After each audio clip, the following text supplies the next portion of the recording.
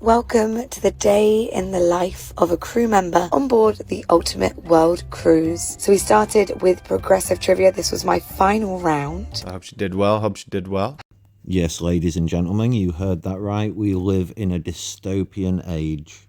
So we started with progressive trivia. This was my final round. We saw on the screen there it said progressive trivia 9, so we can assume that as part of this person's work, they have to do a mandatory progressive trivia 9 times. Let's remind ourselves that this isn't just any old job that you can just quit. They are trapped in the middle of the ocean, and they are forced to do progressive trivia 9 times as part of their job.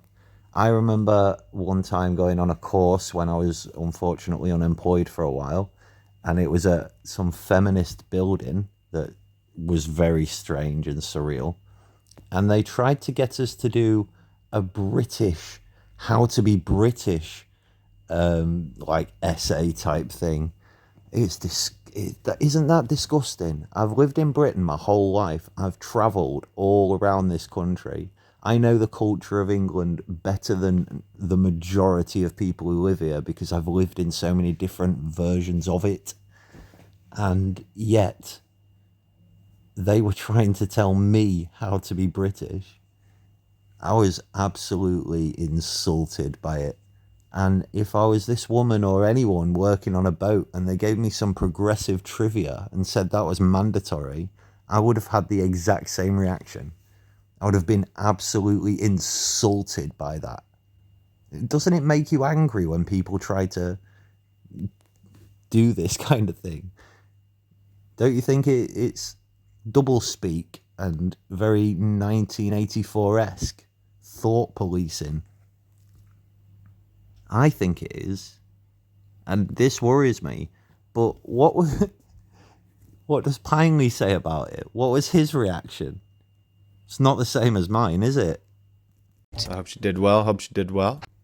It's the reaction that people have to it that really worries me about the future. Everyone's so nonchalant about it. That's so normal for them to have thought policing at the workplace. I hope she did well. I don't. I absolutely hope there are people who intentionally get the questions wrong because it's so pathetic. Whether they agree or not, the fact that you're having progressive trivia, the fact that they call it trivia because they're trying to make it sound nice and happy. It's the words that they use. It's all about the words they use with these people. It's all about using the right language. We're not allowed to say, for example, you fucking cunt, because that's too direct. They'll go off on a paragraph to say the exact same thing in the nicest way possible. And it's sickening. It's so sad. They treat each other like they've said something nice.